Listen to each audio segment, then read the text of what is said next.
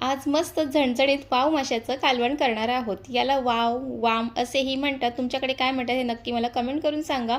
त्यानंतर इथे चिंचेचं आंबट, आलं लसूण मिरची याचं वाटण, कोथिंबीर, टोमॅटो, मिरच्या घेतलेल्या आहेत। त्यानंतर गॅसवरती कढई ठेवणार आहे, त्यामध्ये तेल घालणार आहे। तेल व्यवस्थित गरम झालं की त्यामध्ये वाटण घालून घ्यायचं आहे। वाटण थोडंसं जास्तच घालायचं आहे, वाटण छान परतून घ्यायचं आहे। त्यानंतर त्यामध्ये मीठ, हळद, घरगुती मसाला, काश्मीरी मसाला छान असं तेलामध्ये परतून घ्यायचं आहे।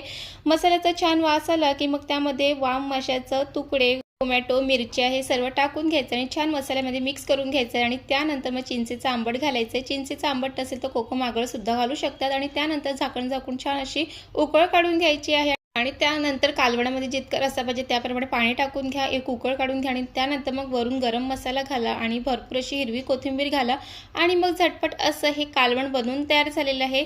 खूप छान लागते या पद्धतीचं कालवण, नक्की ट्राय करा आणि रेसिपी आवडली तर लाईक करा, कमेंट करा आणि शेअर करायला विसरू नका।